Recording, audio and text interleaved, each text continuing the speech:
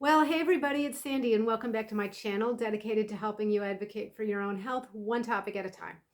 So, guys, today's just kind of an odds and ends video. I'm kind of getting ready for my thumb surgery. For those of you who haven't seen, I will put a link here to the video I just did recently. I'm getting ready to have my thumb CMC joint done on the right hand, my dominant hand. I've already done the left one about a year ago. I got an excellent result. And I talked a little bit about what I'm doing differently this time. Namely, I have a different surgeon for a variety of reasons, and I'm just all the more convinced after the visit I had today that this is the way to go for the right side. And yeah, so I hope that's helpful. And I'm going to talk about my plan for the next next few weeks, I guess, because my right hand being immobilized, I'm not sure what to expect yet in terms of how easily I'll be able to video. At a minimum, I'm sure I'll need some help. And I'm already going to need so much help with everyday things. So yeah, anyway, so I saw my surgeon today. You have a visit like 2 days before surgery, and you go in and sign consents, and it's an opportunity to ask any questions and things like that. And in my previous video, I talked about the fact that the surgeon I used last year for the left hand, when he looked at the right one, he also wanted to do a fusion on the thumb, not only the CMC arthroplasty with the tendon transfer, but also a fusion, the next joint up, which is the MP joint. And he said because that joint is unstable that he wanted to fuse it. And I knew that a fusion, first of all, let me just say this, I will do a fusion if I need to do a fusion, of course, but a fusion does add a lot of risk. So whereas this procedure with the CMC joint has something like sorry, there's some noise outside. They're working outside my home. There's about a 95 to 98% success rate that tends to be permanent with the CMC joint. Once you had a fusion, it's kind of down to about 87% success, which is still great and everything, but yeah, I didn't want some of the risks that go along with the fusion, like non-union and things like that, if I didn't have to have them. So when I got the other opinion, the guy that I am going to said, instability is a relative reason. Some people fuse for the purpose of, taking care of instability, but it's not an absolute. He said if the thumb is hyperextending, that's an absolute reason to fuse that joint, and your thumb is not hyperextending at all.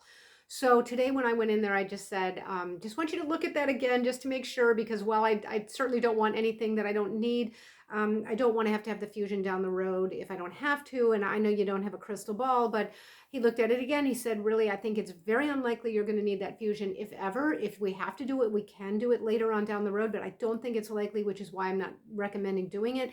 And then he showed me the x-ray and he looked at it and he said, by the way, the MP joint actually looks so healthy that if you came in here asking me to do a fusion, I would say I'm not doing it. You'll have to find a different surgeon. So I felt so great about that, just so optimistic.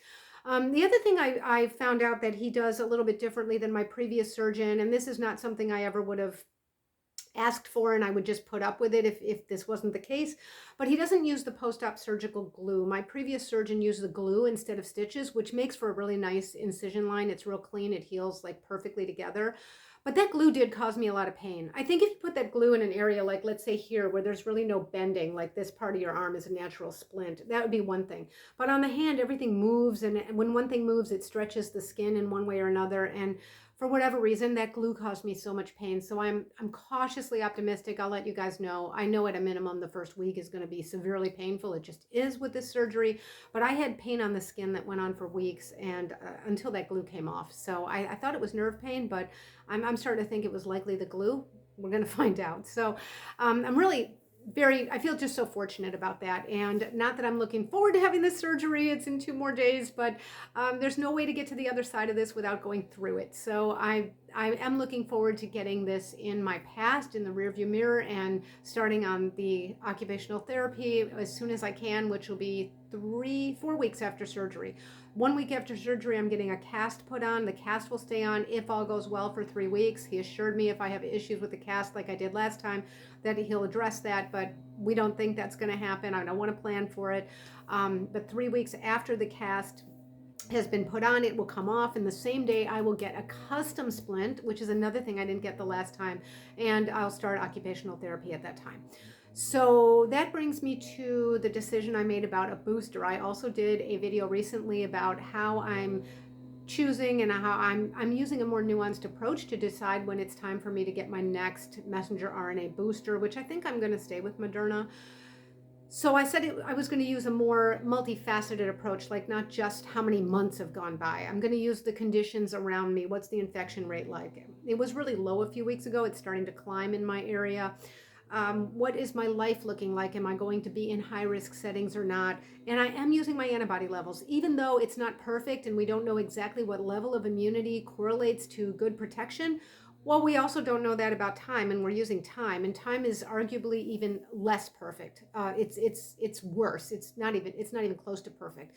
So to give an example that I gave before, my husband and I got boosted last October, so October 21, roughly around the same time, like 2 weeks apart, and then we recently had our antibodies drawn at the same time, about maybe a week apart, and I have 3 times the antibodies that he has. So time is certainly not any better indicator, and I would argue that using all these things together, including antibody testing, is best. And if for anybody who's interested, LabCorp people have asked me some questions. LabCorp has expanded its scale, so instead of 0 to 2,500, it now counts the antibodies at 0 to 25,000. I understand that number of antibodies is not the only thing, it's the quality of antibodies and all kinds of other things, but this is a test that gives us some piece of information, and I think it's good to use all different pieces of information to make a good decision.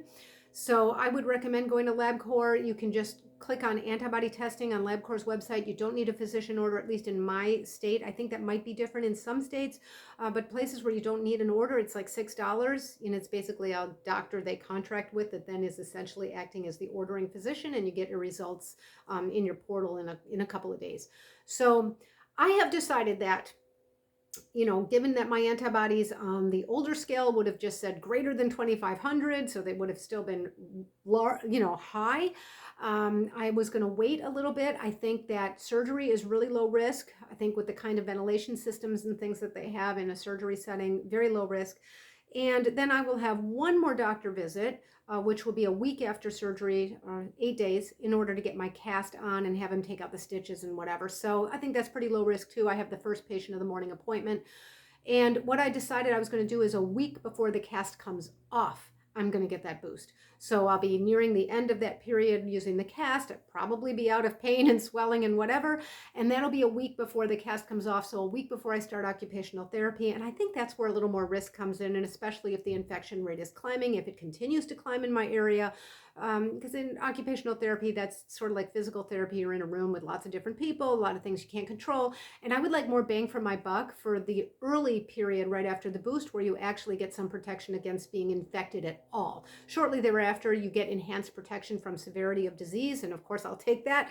But I want to get more bang for my buck in what you get really early on after the vaccine, that benefit that's short-lived. So I think if all goes according to plan and barring any new information coming out, I'm going to be getting booster shot in about 3 weeks, and that will be a week before my cast comes off, and yeah, we'll go from there. So I'll let you guys know.